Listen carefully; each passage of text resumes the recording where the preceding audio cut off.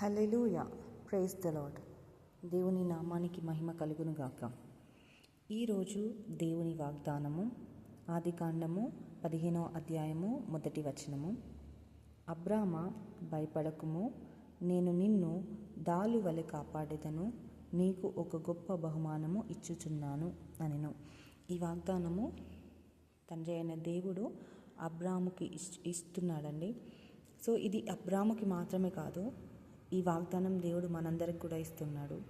ఎందుకంటే ఈరోజు మనం ఎన్నో పనులు కానీ, లేదు అంటే ఏదైనా విషయం గురించి కానీ, ఒక ఉద్యోగ ప్రయత్నం అయి ఉండొచ్చు, ఒక వాహనం కొనాలనుకోవచ్చు, ఒక కొత్త ఇల్లు కొనాలనుకోవచ్చు, లేదు అని అంటే మన చేతిలో ఏమీ లేక మనకి ఎన్నో అవసరతలు ఉండి, ఈ అవసరతలు ఎలా తీర్చుకోవాలి, రేపటి రోజు అన్నది ఎలా ఉంటుంది అన్న భయంతో అయినా ఉండి ఉండొచ్చు. ఎన్నో రకాల భయాలు మనల్ని కమ్ముకొని ఉంటాయి.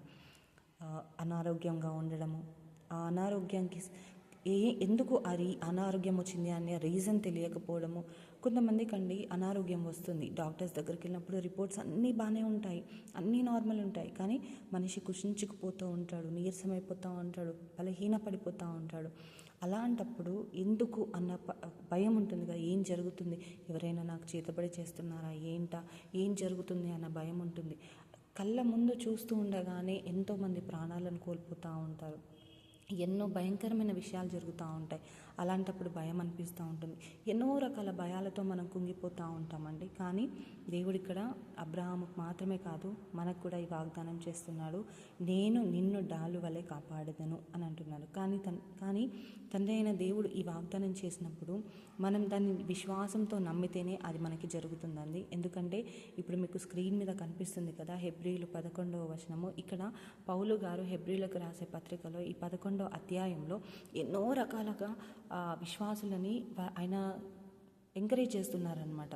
అంటే ఏంటి అని అంటే, మనం ఎప్పుడు బహుమానం పొందుకుంటాము, లేదు అంటే ఎప్పుడు ఆశీర్వాదం పొందుకుంటాము అని అంటే మనం పూర్ణ విశ్వాసంతో ఉన్నప్పుడే జరుగుతుంది అని చెప్తున్నారనమాట. సో ఇక్కడ మీరు చూస్తే ప్రతి ఒక్క లైన్ నేను అండర్లైన్ చేస్తున్నాను కదండి.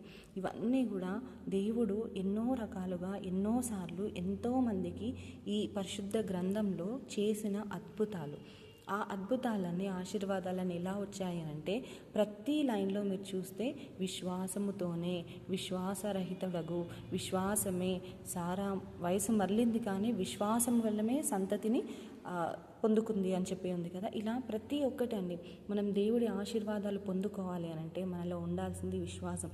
ఆయన మనల్ని కాపాడుతాడు అని చెప్పినప్పుడు మనం విశ్వాసంతో నమ్మాలి. నా దేవుడు నాకు చెప్పాడు కాపాడుతానని, ఇది తప్పిస్తాను అని చెప్పాడు, నాకు ఈ బహుమానం ఇస్తాను అని చెప్పాడు, నాకు ఇది చేస్తాను అని చెప్పాడు, నా తోడు ఉంటాను అని చెప్పాడు, నా చేయి పట్టుకుంటాను అని చెప్పాడు, నా పక్కనే ఉండాలని చెప్పాడు, నన్ను కాచి కాపాడుతానని చెప్పాడు, నా కోసం దూతల్ని పంపిస్తాను అని చెప్పాడు. ఇలా ప్రతి ఒక్క విషయాన్ని మనం పూర్ణ విశ్వాసంతో నమ్మినప్పుడే అది ఖచ్చితంగా జరుగుతుందండి. మీకు కనుక ఖచ్చితంగా టైం అనేది ఉంటే, లేదు టైం ఉన్నా లేకపోయినా అండి, ఈ హెబ్రీలు పత్రిక ఖచ్చితంగా తీసి చదివితే తెలుస్తుంది. విశ్వాసం వల్ల ఎంతమంది ఎన్ని రకాలుగా ఎన్ని ఆశీర్వాదాలు పొందుకున్నారు అన్నది తెలుస్తుంది అనమాట. కాబట్టి మనం కూడా ఈరోజు దేవుడిచ్చిన వాగ్దానము, అబ్రామ భయపడకము, నేను నిన్ను డాలు వలె కాపాడదను, నీకు ఒక గొప్ప బహుమానం ఇచ్చేదను అన్న వాగ్దానాన్ని నమ్ముదాం. ఎందుకు అనంటే ఆ వాగ్దానం నెరవేరింది అని కూడా దేవుడు చెప్తున్నాడు. ఎలా నెరవేరింది అంటే అదే ఆదికాండం 15వ అధ్యాయం 6వ వచనంలో చూస్తే, అబ్రాహాము దేవుణ్ణి నమ్మెను, ఆ నమ్మకమును బట్టి దేవుడు అబ్రాహామును నీతిమంతునిగా ఎంచెను అని ఉంది. ఇక్కడ మీరు చూస్తే అబ్రాహాము దేవుని నమ్మెను, ఆ నమ్మకముని బట్టి దేవుడు అబ్రాహామును నీతిమంతునిగా ఎంచెను అని ఉంది. చూసారు కదండి, ఎంతో చక్కటి వాగ్దానం, ఎంతో చక్కటి మాటలండి. ఎందుకంటే ఇక్కడ మనము నమ్ముట నీ వలనైతే నమ్మువానికి సమస్తము సాధ్యము అని దేవుడు చెప్తున్నాడు. కాబట్టి మనం నమ్మకము విశ్వాసము కోల్పోకుండా దేవుడిచ్చే ప్రతి ఒక్క వాగ్దానాన్ని చేతపట్టుకొని, ప్రతిరోజు ఇచ్చే వాగ్దానాన్ని చేతపట్టుకొని పైకెత్తి దాని గురించి ప్రార్థించడం స్టార్ట్ చేద్దామండి. దేవుడు అనేకమైన బ్లెస్సింగ్స్, అనేకమైన మేలులు మన పట్ల జరిగించునుగాక. యేసు నామానికి మహిమ కలుగునుగాక. ఒక చిన్న ప్రార్థన చేసుకొని ముగించుకుందామండి. సర్వశక్తి గల దేవ, నీ పాదాలకి వందనాలు, స్తుతి స్తోత్రాలు చెల్లిస్తున్నాం. మీరు ఇచ్చిన ఈ చక్కటి వాగ్దానాన్ని బట్టి మీకు వందనాలు చెల్లిస్తున్నాను ప్రభా. దేవా, నిజంగానే ప్రభా, మేము భయపడనక్కర్లేదు అని మీరు చెప్తున్నారు. కానీ యేసయ్య, ఎప్పుడైతే మేము విశ్వాసంలో సడలిపోతామో తండ్రి, మాలో అవిశ్వాసం అన్నది వస్తుందో అప్పుడే మమ్మల్ని భయం అనేది కూడా ఆవరిస్తుంది. అలాంటి అవిశ్వాసం మాలోనికి రాకుండా తండ్రి, మీ ఆత్మ నడిపింపు సహాయంతో మాలో విశ్వాసాన్ని తండ్రి రోజు రోజుకి పెంచుతూ వెళ్ళమని ప్రార్థిస్తున్నాము.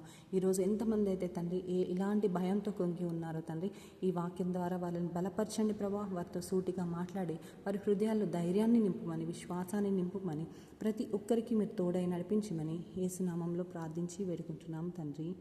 ఆమేన్, ఆమేన్, ఆమేన్.